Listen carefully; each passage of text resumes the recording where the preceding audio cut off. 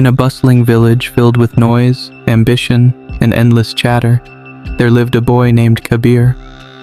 From a young age, Kabir had dreams bigger than the mountains surrounding his home, but his mind was often his biggest enemy. Every time he imagined a bold step forward, a voice inside whispered doubts. You are not ready. You are not good enough. What if you fail? Kabir hated those thoughts. He tried to push them away, to drown them out with busyness or distraction. But the more he fought them, the louder they seemed to grow. It felt unfair. Why did some people move so confidently while he battled invisible storms inside his head? Deep down, Kabir feared that maybe he wasn't strong enough to overcome his own mind. What he didn't know yet was that the power he needed wasn't about silencing negative thoughts. It was about learning how to transform them, turning fear into fuel and doubt into determination. One day, after a particularly tough failure, Kabir sat by the edge of the village fields, feeling defeated. An old carpenter, known for his wisdom and patience, sat beside him, quietly working on a simple wooden bench. Noticing Kabir's heavy silence, the carpenter asked, "Why do you look so burdened, boy?" Kabir confessed, pouring out all his fears and frustrations, the endless doubts, the negative thoughts, the feeling of being stuck. The carpenter listened patiently and then said, "Thoughts are like wood. Some are rough, some are cracked, and some are strong. You can't change the wood you are given, but you can shape it into something useful, or you can leave it to rot." Kabir stared at him, confused at first.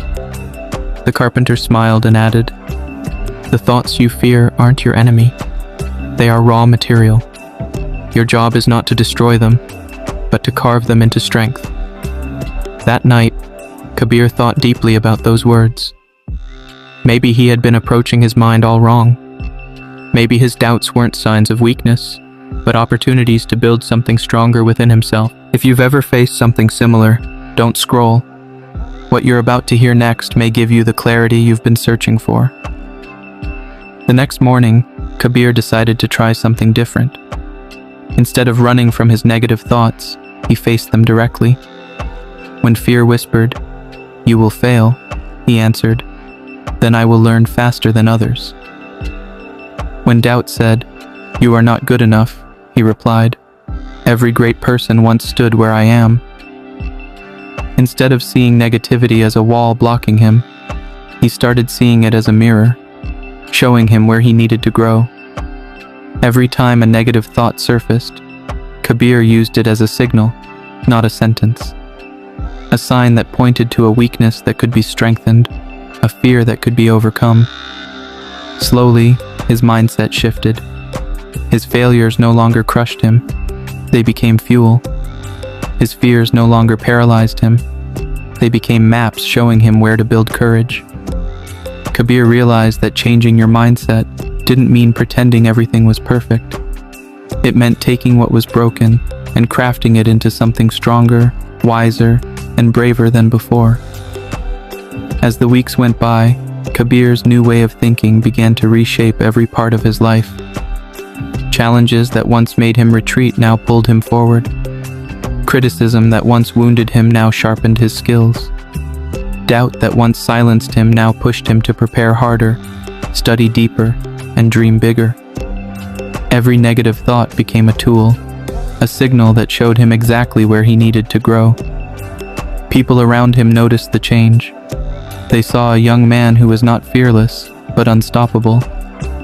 Kabir understood now that true strength was not the absence of negativity, but the ability to use negativity as a stepping stone toward greatness. His mind, once a battlefield of doubt, had become a workshop of growth.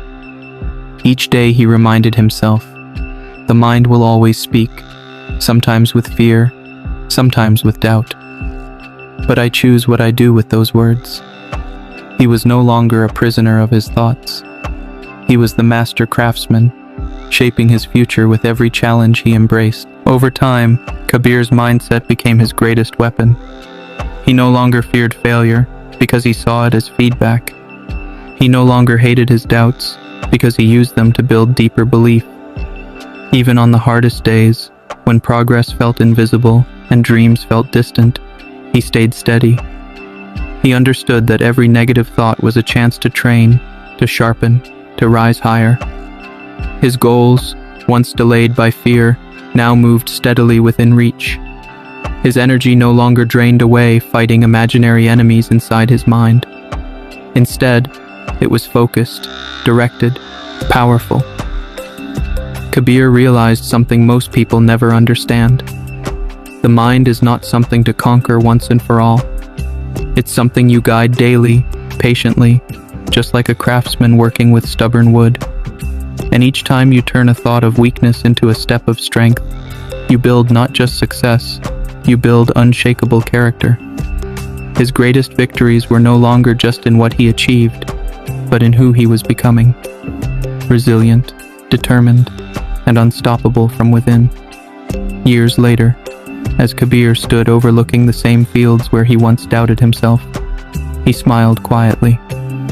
His journey had not been free of fear, failure, or negative thoughts. But he had learned that true mastery of life didn't come from avoiding those things. It came from transforming them. He understood now that the mind would always speak. It would always throw doubts and fears along the path. But he had built something stronger, the ability to listen without surrendering, to feel fear without stopping, to use every doubt as a new stone beneath his feet. His success was not loud or flashy. It was steady, grounded in a mind he had shaped patiently, day after day. Kabir realized that true greatness is not about silencing every negative thought. It's about refusing to let those thoughts own your destiny. And now, ask yourself, are you letting your doubts define your life? Or are you ready to use them as the very steps that lead you to your greatest strength?